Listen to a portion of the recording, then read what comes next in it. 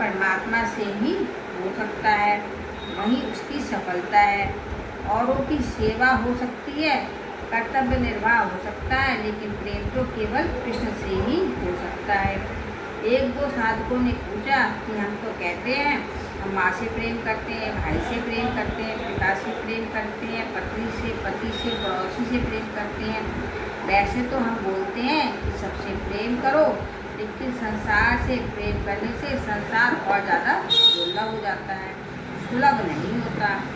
परमात्मा से प्रेम करने से परमात्मा और ज़्यादा सुलभ हो जाता है। इस सत्य को ठीक से समझे। प्रेम करने से संसार दुर्लभ महसूस होता है।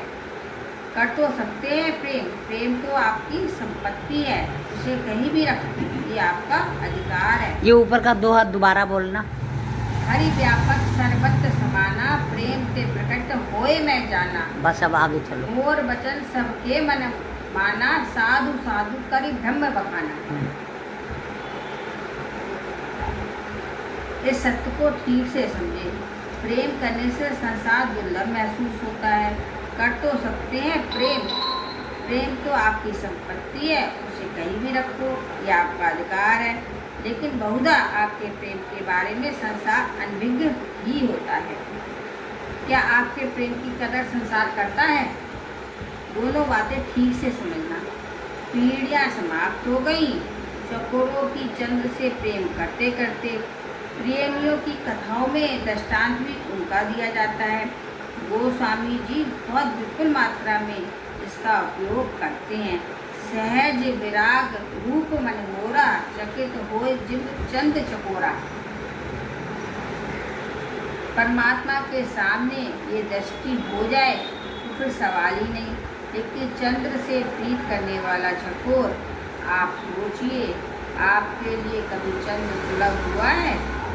हाँ, फिर यदि चंद्र सुलभ हो जाए, इसके लिए कवियों ने युक्ति जरूर लड़ाई है। जैसे चकोर ने कहा कि मैं यहाँ मर जाऊँ तो मेरी चिता बना देना, मेरी भस्म का ढेर यहाँ रख देना।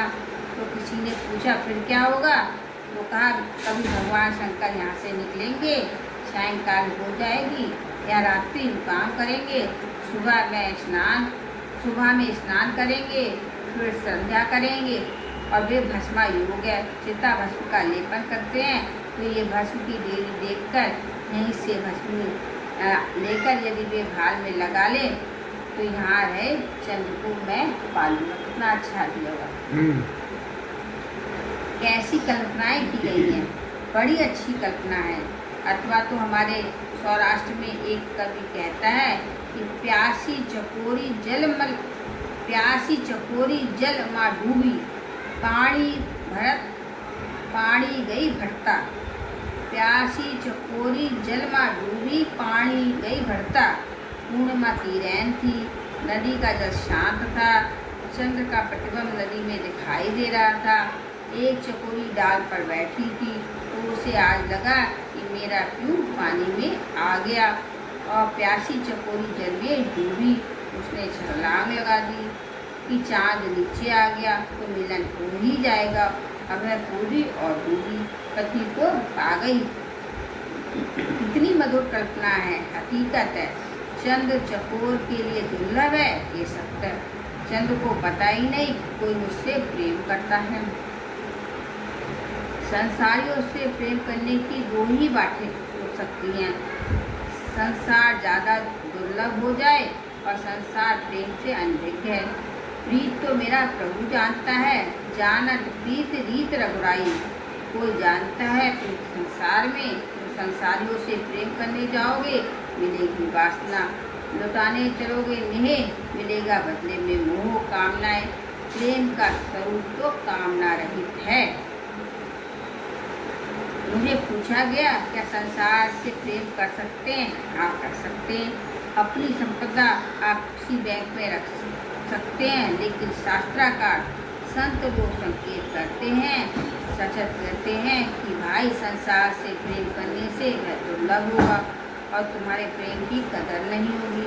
संसार की सेवा तो कर सकती है, संसार के लिए त्याग हो सकता है, प्रेम तो केवल ठाकुर से ही हो सकता है।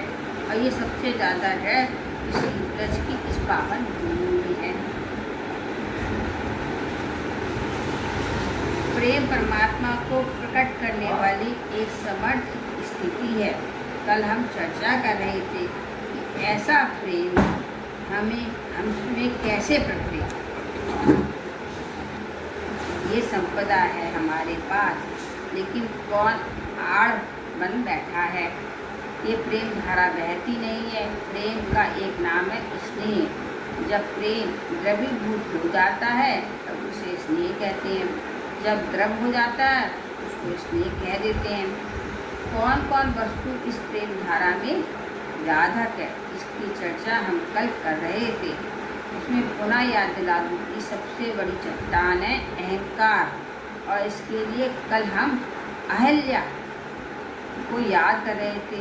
वह चट्टान टूटी, वह जड़ता मिटी तो अति प्रेम अधीरा पुलक शरीरा मुख नहीं आवो वचन कही अतिशय बड़ भागी चढ़ नहीं लागी जुगल नैन जलधार वही। प्रेम टूटा और परमात्मा को है पा गई। आज आगे दर्शन करें। प्रेम धारा में 3 वस्तुएं और आड़ में है। सुनकर मेरे भाई बहन, जीवन का अनुभव बनाना है, क्योंकि व्याख्या तब तक अनुभव नहीं बनती जब तक व्याख्या भी बोझ लगती है। थाल में भोजन लेकर आपको जाना है, बहुत मिष्ठान है तो बोझ लगेगा, लेकिन वही भोजन आप खा लेंगे बोझ नहीं लगेगा। वैसे ही सूत्रों की व्याख्या जब खा ली जाए तब निर्भर कर देती है साधक। प्रेम को रोकने वाली 3 वस्तुएं हैं। नंबर 1 अनर्थ, ये प्रेम की आड़ है। अनर्थ यानी असत्य। गोस्वामी जी कहते हैं कि सत्य होना चाहिए, अनर्थ प्रेम धारा को रोकता है। अनृत, बिना नृत्य का जीवन, बिना घुंघरू का जीवन, बिना गान तान का जीवन, बिना स्वर का जीवन, बिना सुर का जीवन, बिना मीरा का जीवन, इससे प्रेम धारा रुक जाती है। नंबर 3 अनित्य, तीनों वस्तुओं को ठीक से चबाना। देखो कोई पानी पिएगा ऊपर से पी लेगा, लेकिन आदमी जब शरबत पीता है तो जरा जरा घूंट लेकर पीता है। तो सूत्र केवल पानी नहीं है, अमृत है, इसलिए इसको घूंट घूंट कर पीना जीवन की बात बन सकती है। ये ऋषि मुनियों के साधुओं के अनुभव हैं। नंबर 1 अनर्थ, अनर्थ प्रेम धारा को रोकता है, और जब हमें और आप में असत्य आ जाता है तब प्रेम रुकता है। शिव जी का जो सती से प्रेम था वह रुक गया, क्योंकि असत्य आ गया। कितना प्रेम रहा होगा शिव को सती के प्रति। संग सती जग जननी भवानी, पूजे ऋषि अखिलेश्वर जानी, राम कथा मुनि बर्ज बखानी, सुनि महेश परम सुखवानी। कोई तुम्हें ब्याह शादी में ले जाए ठीक है, हिल स्टेशन पर ले जाए अच्छी बात है, लेकिन परिवार के सदस्य का तभी प्रेम समझना जब परिवार का कोई सदस्य तुम्हारा हाथ पकड़कर तुम्हें सत्संग में ले जाए। बाकी तो स्वार्थ है कि जाना पड़ेगा ब्याह में, नहीं जाओगे तो हमारे यहाँ कौन आएगा, रिसेप्शन में जाना पड़ेगा, 5 मिनट लेना नहीं लेकिन जाकर चले आना।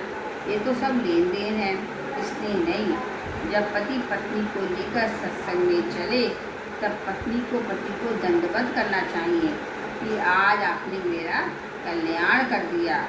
जब पत्नी पति को लेकर सत्संग में जाए, माँ बेटे को लेकर सत्संग में चले, भाई भाई को सत्संग में ले जाए, मित्र मित्र को सत्संग में ले जाए, तभी प्रेम समझना।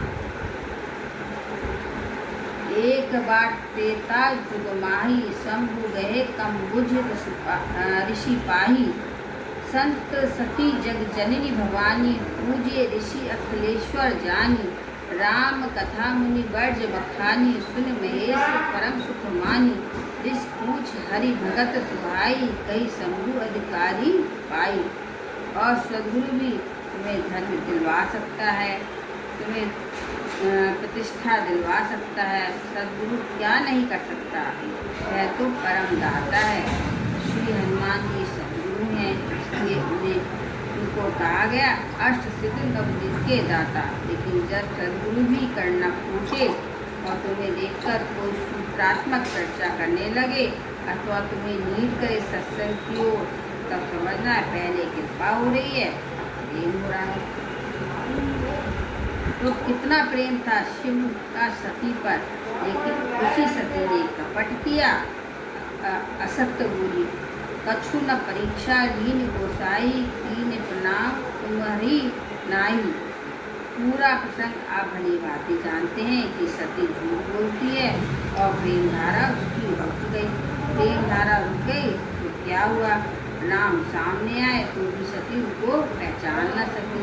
लीलाधर ने भी वही रास्ता चुना था कि मेरे भगवान शिव और सती निकल रहे हैं, तो शिव को पा गए, सती नहीं पा सकी।